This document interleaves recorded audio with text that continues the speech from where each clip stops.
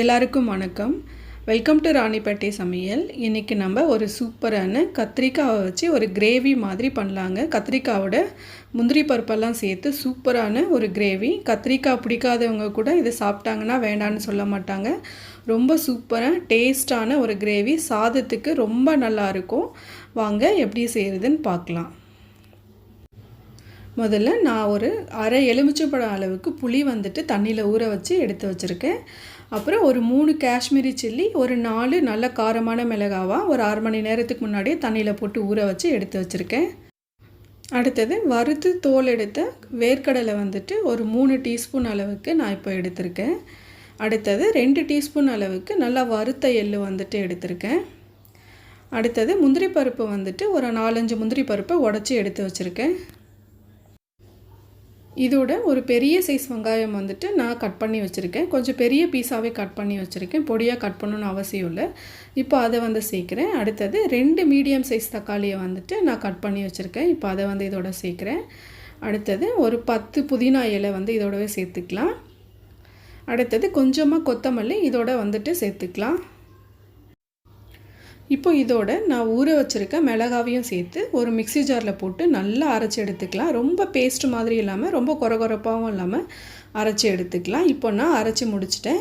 பார்த்திங்கன்னா நான் இந்த மாதிரி அரைச்சி எடுத்திருக்கேன். ரொம்ப பேஸ்ட் மாதிரியும் இல்லை, ரொம்ப கொரகொரப்பாகவும் இல்லை, மீடியமாக நான் அரைச்சி எடுத்திருக்கேன்.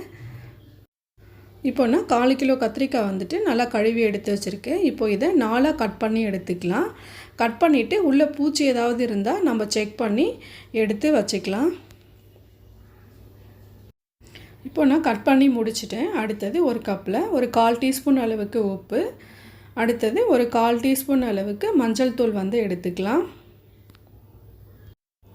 அடுத்து ஒரு 1/2 டீஸ்பூன் அளவுக்கு மிளகாத்தூள் எடுத்து நல்லா மிக்ஸ் பண்ணி எடுத்துக்கலாம். இப்போ நான் மிக்ஸ் பண்ணி முடிச்சிட்டேன்.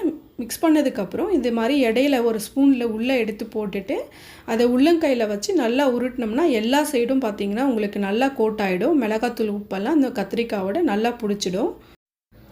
இப்போது ஒரு 4 டீஸ்பூன் அளவுக்கு ஒரு பேனில் போட்டு காய வச்சுருக்கேன். இப்போது நம்ம கத்திரிக்காவை இதில் சேர்த்துடலாம். எண்ணெய் நிறையா தேவைப்படாது. நான்ஸ்டிக் பேன்னா ஒரு 3-4 டீஸ்பூன் இருந்தாலே போதும். அதுலேயே கத்திரிக்காய் உங்களுக்கு வெந்துடும். இப்போ எல்லா கத்திரிக்காவையும் சேர்த்துட்டு மீடியம் ஃப்ளேமில் வச்சு நல்லா ஃப்ரை பண்ணி எடுத்துக்கலாம். கொஞ்சம் ஆயிலாக இருந்துச்சுன்னா நம்ம மிளகாத்தூள் போட்டிருக்கிறதுனால தீஞ்சு போயிடும். அதனால் ரொம்ப மீடியமான ஃப்ளேமில் வச்சு கத்திரிக்காவை நல்லா ஃப்ரை பண்ணி எடுத்துக்கலாம். இப்போ பார்த்திங்கன்னா நல்லா ஃப்ரை ஆகிடுச்சு. உங்களுக்கு உள்ளே இருக்கிற மசாலாவும் உங்களுக்கு வெளியவே வரல. இப்போ இதை எடுத்து தனியாக வச்சுக்கலாம்.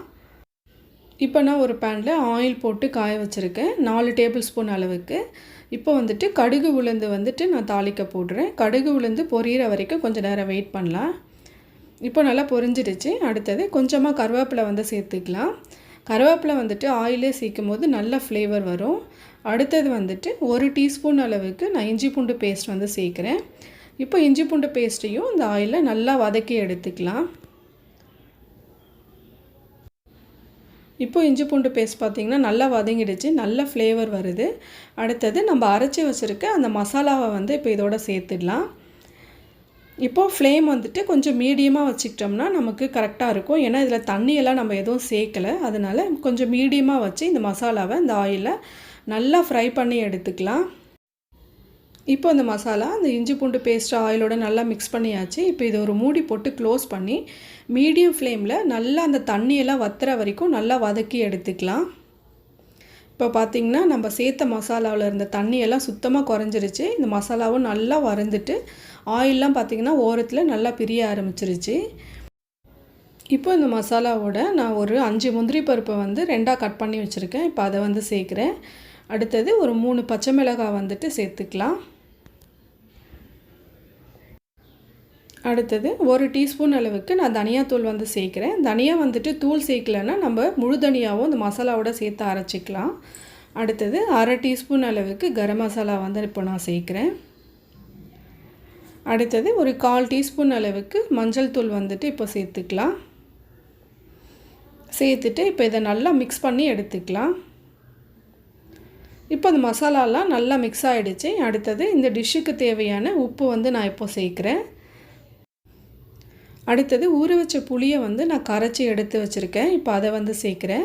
இப்போ புளி வந்துட்டு நமக்கு தேவை அளவுக்கு மட்டும் சேர்த்துக்கிட்டா போதும், இல்லைன்னா ரொம்ப புளிப்பாக இருக்கும். அதனால் இப்போ எனக்கு தேவையான அளவு மட்டும் நான் சேர்த்துருக்கேன்.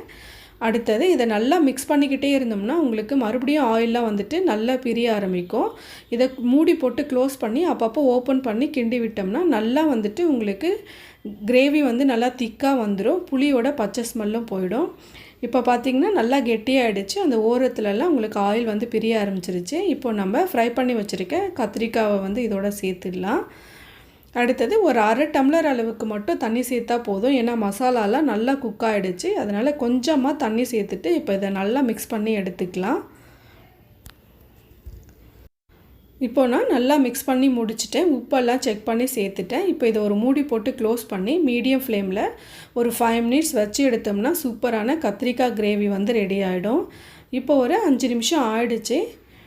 இப்போ சூப்பரான கத்திரிக்காய் கிரேவி வந்துட்டு உங்களுக்கு ரெடி ஆகிடுச்சு. அந்த ஆயிலெலாம் பார்த்திங்கன்னா நல்லா பிரிய ஆரம்பிச்சிருச்சு. ரொம்ப சூப்பராக இருக்கும், ரொம்ப டேஸ்ட்டாகவும் இருக்கும் சாதத்தோடு பசைஞ்சு சாப்பிடும்போது. இப்போ வேணும்னா கொஞ்சமாக கொத்தமல்லி சேர்த்துட்டோம்னா சூப்பரான கத்திரிக்காய் கிரேவி வந்து ரெடி ஆகிடுச்சு. இதே மாதிரி செஞ்சு பாருங்கள், எப்படி இருக்குன்னு சொல்லி கமெண்ட் பண்ணுங்கள். இந்த வீடியோ உங்களுக்கு பிடிச்சிருந்தால் லைக் பண்ணுங்கள். மறக்காமல் எங்கள் சேனலுக்கு சப்ஸ்கிரைப் பண்ணுங்கள். பக்கத்தில் இருக்கிற பெல் ஐக்கானை கிளிக் பண்ணிட்டீங்கன்னா நாங்கள் வீடியோ போட்ட உடனே உங்களுக்கு நோட்டிஃபிகேஷன் வரும். தேங்க்யூ.